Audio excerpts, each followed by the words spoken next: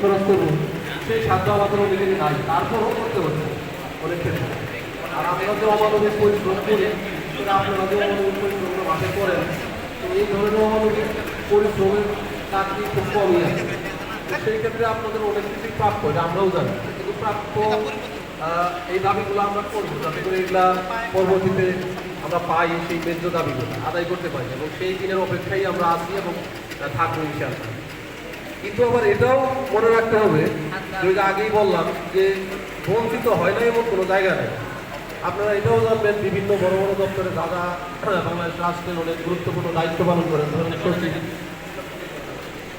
যেমন সচিব স্যার যার সচিব হওয়ার কথা ছিল, কিন্তু সিনিয়র সচিব মানে সহকারী সচিব হয়ে রিটায়ারমেন্টে গেছে, আছে না?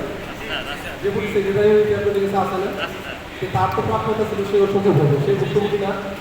সেও তো আশা করছিল যে আমার বন্ধু কলেজ সচিব হয়ে গেছে, আমি হতে পারি, আছে না? তার মানে বঞ্চিত এবং ভুক্তভোগী কিন্তু অনেকেই আছে, আমরাও আছি। তার মানে এখানে প্রত্যেক জায়গাতে সবসময় যে বিগ্রহ করে ফেলতে হবে, করে ফেলতে পারবো তাও না। কিন্তু আমাদের এই কাজটা রাত যতটুকু আছে এটাকে নিয়েও যেমন করতে হবে বিশ্বাস করে, আবার আমরা যে প্রত্যাশা করি সেটাও বিশ্বাস করতে হবে যে না, আমরা ভালো কিছু চাই, কিন্তু আমাদের এটাও করতে হবে। এমন তো বলতে পারবো না, আপনি কি বলতে পারবেন মানে এত কষ্টের কাজ, টাকা দেয় না, পয়সা দেয় না, কি দেয় না, তাহলে কাজ করবো না, বলা যাবে? বলা যাবে। আমাদের কাজটা দায়িত্বটা পালন করতে হবে। কিন্তু